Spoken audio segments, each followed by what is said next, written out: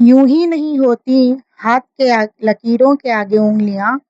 यूं ही नहीं होती हाथ की लकीरों के आगे उंगलियां। रब ने भी किस्मत से पहले मेहनत लिखी है। अस्सलामु अलैकुम।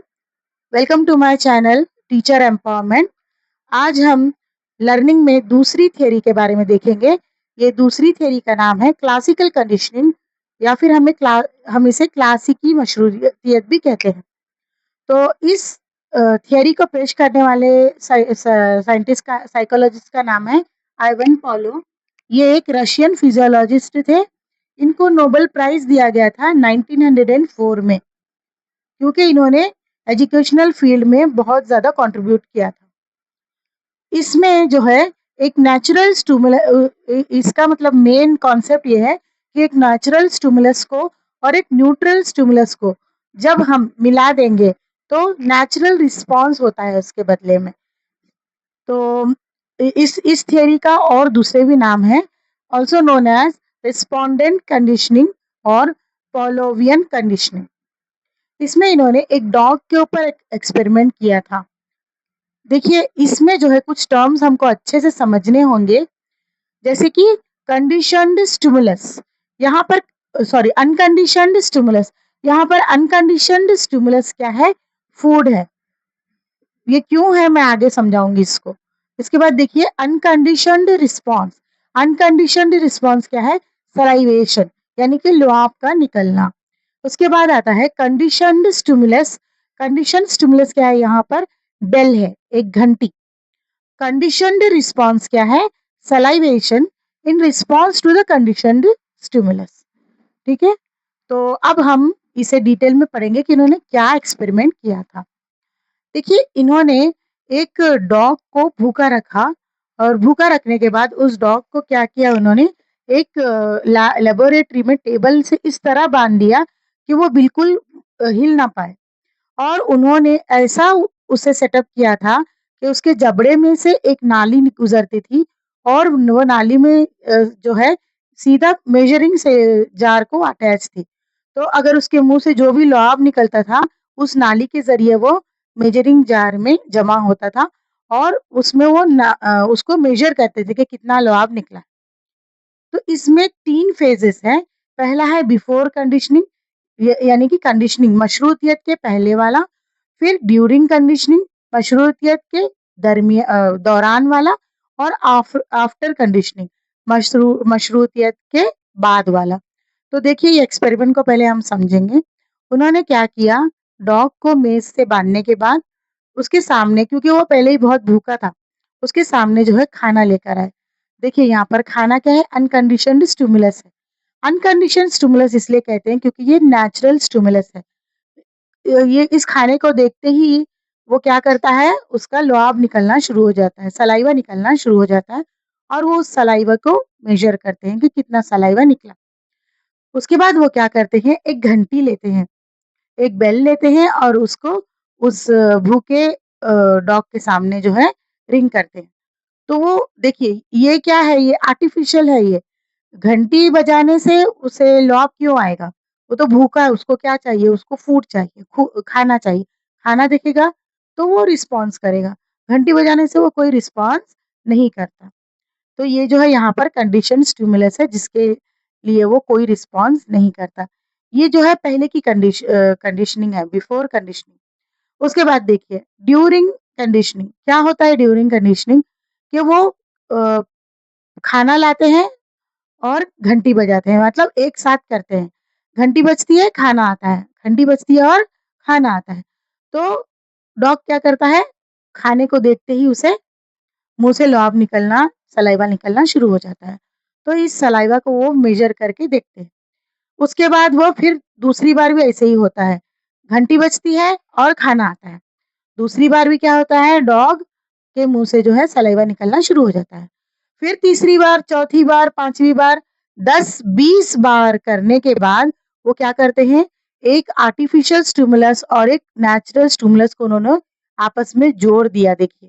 तो जैसे ही पहले घंटी बजाते थे, उसके बाद क्या करते थे, खाना लाते थे। तो वो डॉग को क्या करता था, रिस्पॉन्स करता था, सलाइवेशन निकलता था। इसके बाद कुछ दिनों बाद 15-20 बार ऐसे ही करने के बाद क्या करते हैं वो सिर्फ बेल बजाते हैं, घंटी बजाते हैं। तो जब वो घंटी बजाते हैं तो डॉग क्या सोचता है कि अब घंटी बजी, अब मुझे खाना मिलेगा। तो उसके दिमाग में ये बात फिक्स हो गई है कि घंटी बजती है तो खाना आता है। तो इसलिए वो क्या करता है, खाना लाने के बगैर भी वो क्या करता है सलाइवेशन स्टार्ट कर देता है, यानी लुआब निकालना स्टार्ट कर देता है। तो देखिए यहाँ पर बिफोर कंडीशनिंग क्या था, बेल बजाने पर उसे सलाइवेशन नहीं हो रहा था। लेकिन जब उन्होंने एक नेचुरल स्टिमुलस को, जो कि अनकंडीशनड स्टिमुलस है, उसको कंडीशनड स्टिमुलस के साथ जोड़ दिया, तो उससे सलाइवेशन होने लगा, अनकंडीशनड रिस्पॉन्स होने लगा। उन्होंने क्या किया, धीरे-धीरे जो अनकंडीशनड स्टिमुलस था, जो कि फूड था, नेचुरल स्टिमुलस उसको हटा दिया और सिर्फ कंडीशनड स्टिमुलस जो कि बेल है, उससे भी क्या होने लगा, इसे सलाइवेशन स्टार्ट होने लगा। तो ये था इनका एक्सपेरिमेंट। अब हम देखेंगे कि ये क्लासिकल कंडीशनिंग के कुछ प्रिंसिपल्स हैं। There are some principles of classical conditioning. Classical मशरूतियत के उसूल क्या है, हम वो देखेंगे। देखिए इसके 6 उसूल हैं। पहला उसूल है एक्विजिशन या हुसूल, दूसरा उसूल है एक्सटिंक्शन या तादीम, तीसरा उसूल है स्पॉन्टेनियस रिकवरी या अचानक बहाली, और चौथा उसूल है स्टिमुलस जनरलाइजेशन, उमूमी कारी, और पांचवा उसूल है स्टिमुलस डिस्क्रिमिनेशन, इम्तियाज, और छठा और आखिरी उसूल है हायर ऑर्डर कंडीशनिंग या आला रुतबी मशरूतियत। तो हम इसको वन बाय वन समझेंगे। देखिए पहला जो उसूल है एक्विजिशन। एक्विजिशन का मतलब होता है हासिल करना। तो ये जो स्टेज है, ये पहला स्टेज है, सीखने का पहला मरहला है ये, जिसमें के एक अनकंडीशनड स्टिमुलस और एक कंडीशनड स्टिमुलस, यानी कि एक गैर मशरूत और मशरूत मुहर्रिके को मिला दिया जाता है। तो हमने जो दूसरा स्टेज देखा था पॉलो के एक्सपेरिमेंट में, कि वो घंटी के साथ, घंटी की आवाज के साथ खाना लाता था, घंटी की आवाज के साथ खाना लाता था। उसने ऐसा कितनी बार तक किया, जब तक के सिर्फ घंटी की आवाज से ही रिस्पॉन्स या लुआब निकलना, थूक निकलना शुरू ना हो गया, तब तक जो है वो इसको रिपीट करता जाता था। तो इसी को कहते हैं एक्विजिशन। दूसरा उसूल उसूल है एक्सटिंक्शन। एक्सटिंक्शन का मतलब क्या होता है, खात्मा या तादीम। तो देखिए अगर हम क्या करेंगे, ये कंडीशन स्टिमुलस जो है सिर्फ घंटी बजाने पर अगर खाना बार बार पेश नहीं करेंगे, तो फिर क्या होगा, उस कुत्ते को लुआब नहीं निकलेगा। उसी तरह से हम अगर कोई भी कंडीशनिंग करते हैं और कंडीशनिंग करने के बाद अगर हम उसको सिर्फ कंडीशनड स्टिमुलस ही बार बार पेश करते जाएंगे, तो क्या होगा कि ये एक्सटिंक्शन हो जाएगा, उसका जो जो उन्होंने सीखा, जो जो एक्वायर किया था, जो हासिल किया था, उसका खात्मा हो जाएगा। इस एक्सपेरिमेंट में हम ऐसा कह सकते हैं कि अगर वो पॉलो बार-बार सिर्फ कंडीशन स्टिमुलस, सिर्फ घंटी बजाता रहेगा और खाना नहीं लाकर देगा, तो कुछ दिनों के बाद उस कुत्ते को समझ में आ जाएगा कि अब मुझे खाना नहीं मिलने वाला। तो उसके बाद क्या होगा, वो घंटी बजाने के बाद भी उसका लुआब निकलना बंद हो जाएगा। उसके बाद देखिए तीसरा जो उसूल है वो है स्पॉन्टेनियस रिकवरी, अचानक बहाली। स्पॉन्टेनियस रिकवरी का मतलब होता है कि अब अगर समझिए पहले एक्विजिशन हुआ फिर एक्सटिंक्शन हुआ। एक्सटिंक्शन होने के बाद वो घंटी की आवाज पर खाना नहीं मिल रहा है करके समझ में आ गया और उसका लुआब नहीं निकला। तो स्पॉन्टेनियस रिकवरी का मतलब होता है कि सपोज कुछ 1 महीने के बाद या 15 दिन के बाद फिर से अगर घंटी की आवाज़ सुनाई दी, तो शायद वो ऐसा समझ सकता है डॉग के अरे वापस मुझे शायद खाना मिलने वाला है और उसे लुआब निकलना शुरू हो जाएगा, सलाइवेशन स्टार्ट कर देगा। तो इसी को हम कहते हैं स्पॉन्टेनियस रिकवरी। उसके बाद का मरहला उसूल है स्टिमुलस जनरलाइजेशन या उमूमी कारी। इसका मतलब ये होता है कि मिलते-जुलते रिस्पॉन्स को सेम वही रिस्पॉन्स सॉरी सॉरी मिलते-जुलते स्टिमुलस को सेम वही स्टिमुलस समझना, उसी को कहते हैं स्टिमुलस जनरलाइजेशन। यानी कि अब ये जो हमने यहाँ यहाँ पर ये एग्जांपल ले लेंगे कि ये जो बेल की आवाज़ है, अगर पौले ने बेल नहीं भी बजाई, किसी स्कूल की बेल बजी, तो वो खुद कुत्ता समझेगा कि अरे अब मुझे शायद खाना मिलेगा। तो वो कुत्ता क्या करेगा कि स्कूल की जो बेल बज रही है और ये जो बेल बज रही है, उस दोनों को सेम समझेगा। उसे उसे उन दोनों में डिफरेंस नहीं मालूम, उन दोनों को सेम समझेगा और वो रिस्पॉन्स शुरू कर देगा। इसी को कहते हैं स्टिमुलस जनरलाइजेशन, उमूमी कारी। उसके बाद देखिए स्टिमुलस डिस्क्रिमिनेशन यानी कि इम्तियाज। अगर वो स्टिमुलस के दरमियान डिस्क्रिमिनेट कर सकता है, इम्तियाज कर सकता है, फर्क कर सकता है, तो इसी को कहते हैं स्टिमुलस डिस्क्रिमिनेशन। जैसे कि अब मैंने एग्जांपल दिया कि स्कूल की बेल बजेगी तो वो कुत्ता समझेगा कि अब मुझे खाना मिलेगा और वो रिस्पॉन्स करेगा। लेकिन 1-2 बार अगर वो स्कूल की बेल बजी और सामने उसके कोई घंटी नहीं बजा रहा है और खाना भी नहीं आ रहा है, तो वो समझ जाएगा कि ये जो स्टिमुलस है वो कुछ और है, ये मेरा स्टिमुलस नहीं है। उसके बाद देखिए higher order conditioning. Higher order जो कंडीशनिंग होती है आला रुतबी मशरूतियत। इसका मतलब ये होता है कि पहले किसी सिंपल चीज़ में कंडीशनिंग करना, फिर उसे कॉम्प्लेक्स बना देना।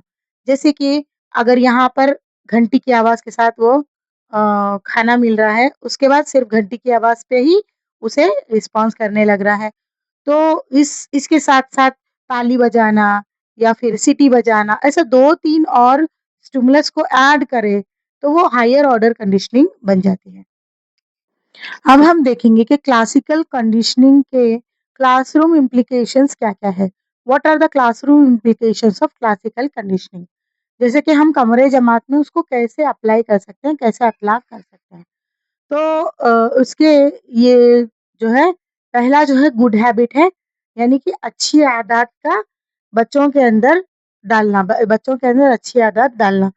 हम ये कैसे कह सकते हैं देखिए, स्कूल में जैसे कि रोज़ाना अगर मॉर्निंग असेंबली होगी और रोज़ाना अगर बच्चा मॉर्निंग असेंबली में आ रहा है, तो फिर वो खुद ब खुद उसको फिर बोलने की ज़रूरत नहीं, वो जैसे ही आएगा स्कूल में टाइम पर आएगा और मॉर्निंग असेंबली में शामिल हो जाएगा। इसी से पंक्चुअलिटी बराबर अगर स्कूल के टाइम पर उसे स्कूल पहुँचाया जाएगा, तो फिर कुछ दिनों के बाद वो खुद ही उस टाइम पर अच्छे से रेडी होकर स्कूल जाने की कोशिश करेगा। और फिर जैसे कि पंक्चुअलिटी है, क्लीनलीनेस है, ये सब चीज़ें बच्चों के अंदर डालना। अगर वो साफ-सुथरा रहने के लिए हम अगर उसे बार-बार बोलेंगे, उसके सामने कर-कर दिखाएँगे और उसकी तारीफ़ करेंगे साफ-सुथरे रहने पर, क्लीन यूनिफ़ॉर्म पहनने पर, तो फिर बच्चा रोज़ वैसे ही आएगा। दूसरा क्या है क्लासरूम डिसिप्लिन। क्लासरूम में डिसिप्लिन पैदा करना। जैसे कि जैसे ही क्लास में एंटर होते ही आपको मे आई कम इन बोलना है। टीचर के आते ही अंदर आते ही क्लासरूम के अंदर आते ही आपको खड़े होकर उनको विश करना है। ये सब चीज़ें अगर 2-3 बार रिपीट होती रहेंगी, तो फिर उसको बोलने की ज़रूरत नहीं है। वो अंदर आने से पहले परमिशन लेकर आएगा। जैसे ही टीचर अंदर आएँगे तो खड़े होकर उनको विश करेगा। तो ये सब जो है वो क्लासरूम डिसिप्लिन सिखाने के लिए भी हम उसे इस क्लासिकल कंडीशनिंग थ्योरी को यूज़ कर सकते हैं।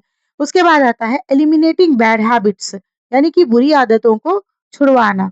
जैसे कि अगर कोई बच्चे के अंदर कोई बुरी आदत है, तो हम उसको छुड़वाने के लिए भी जैसे अगर वो कोई बुरी आदत है और वो गालियाँ देता है या फिर गंदे वर्ड्स निकालता है अपने मुँह से या किसी को मारता है, तो उसी वक़्त उसको टोकना सबके सामने, टोकना और फिर उसे समझाना और उसे बताना कि ये सब चीज़ें गलत है। अगर 2-3 बार अगर हम उसे बोलेंगे, तो फिर वो छोड़ देगा। उसके बाद रिड्यूसिंग एंग्ज़ायटी, खौफ व एज़्तराब का खात्मा। जैसे कि स्कूल का मतलब बच्चों को बहुत स्कूल से बहुत डर लगता है कि स्कूल में जाएँगे तो फिर टीचर मारेंगे, ऐसा करेंगे, वैसा करेंगे। लेकिन अगर हम स्कूल में आने के बाद बच्चों को एक पॉज़िटिव माहौल देंगे, तो क्या होगा बच्चे को स्कूल से लगाव पैदा हो जाएगा और फिर वो खुद से आने की कोशिश करेगा, उसका डर खत्म हो जाएगा। इसी तरह हम कह सकते हैं कि जब बच्चा एग्ज़ाम के लिए भी एग्ज़ाम हॉल में जाता है, तभी वो बहुत डरा हुआ होता है। लेकिन अगर वहाँ का माहौल अच्छा है और जो एग्ज़ामिनर वग़ैरह है, वो भी बहुत अच्छे से उनसे पेश आ रहे हैं, तो उनका डर और खौफ खत्म हो जाएगा। और दूसरी बार जब एग्ज़ाम होगा तो फिर उनको उतना डर नहीं लगेगा। इसी तरह 5वाँ क्या है पॉज़िटिव एटीट्यूड या मस्बत रवैया। इसे हम ऐसे कह सकते हैं कि बच्चे को जो स्कूल में अगर मस्बत माहौल मिलेगा, अगर अच्छा पॉज़िटिव माहौल मिलेगा और बहुत ज़्यादा उसके साथ सख्ती नहीं की जाएगी, बल्कि उसे थोड़ा खेलने का भी मौका दिया जाएगा और अपनी बात भी रखने का मौका दिया जाएगा, तो वो क्या करेगा उसके अंदर पॉज़िटिव एटीट्यूड पैदा होगा और उसके लिए स्कूल के लिए उसको लगाव पैदा होगा। एसोसिएशन इन लैंग्वेज, ज़बान में तलाज़मा। तो देखिए जो पहली बार हम कोई लैंग्वेज सीखते हैं, तो उसके वर्ड्स की मीनिंग्स हमें पता नहीं होते। तो इसलिए देखिए जब नर्सरी क्लास में हम पहली बार उनको वर्ड सिखाते हैं, लैंग्वेज सिखाते हैं, तो जब एप्पल बोलते हैं, तो सिर्फ़ एप्पल का मतलब उनको क्या पता है? उसको हम अगर सेब का फ़ोटो दिखाएँगे, एक तस्वीर दिखाएँगे और फिर कहेंगे कि एप्पल, तो उस बच्चे को समझ में आएगा, वो रिलेट करेगा, एसोसिएट करेगा कि ये वर्ड जो है ये फ़ोटो से रिलेटेड है, तो इसको ही एप्पल कहते हैं। तो ऐसा हम लैंग्वेज सिखाने में भी इसे एसोसिएट कर सिखा सकते हैं और मश्क करना या रिपिटेशन करना। तो अगर हम एक बार कई बार बच्चे को पहले दिन, दूसरे दिन, तीसरे दिन जो है कोई एक प्रॉब्लम देकर उसे कहेंगे 5 बार हल करके बताओ। फिर कहेंगे दूसरे दिन भी कहेंगे कि ये और एक प्रॉब्लम दी है उसे भी तुम 5 बार हल करके बताओ। और कोई क्वेश्चन दिया गया है उसे 3 बार लिख कर याद करो। तो फिर उसे याद हो जाएगा और उसे आदत हो जाएगी कि मैं अगर मुझे कोई प्रॉब्लम दी गई है तो मैं उसे 5 बार हल करना है। कोई क्वेश्चन दिया गया है तो उसे 3 बार लिखना है और याद करना है। तो इस तरह हम जो क्लासिकल कंडीशनिंग को बच्चे की नशोनुमा और फ़न-ए-तदरीस को जो हम क्या कर सकते हैं, कमरे जमात में इत्लाक़ कर सकते हैं। क्लासरूम में हम इसे अप्लाई करके क्या कर सकते हैं, अपने लर्निंग को बेहतर बना सकते हैं। तो ये था हमारा क्लासिकल कंडीशनिंग थ्योरी। अगर आपको मेरी क्लास अच्छी लगी हो तो प्लीज़ लाइक कीजिए, शेयर कीजिए और सब्सक्राइब कीजिए और बेल आइकन को प्रेस कीजिए। खुदा हाफ़िज़, टेक केयर।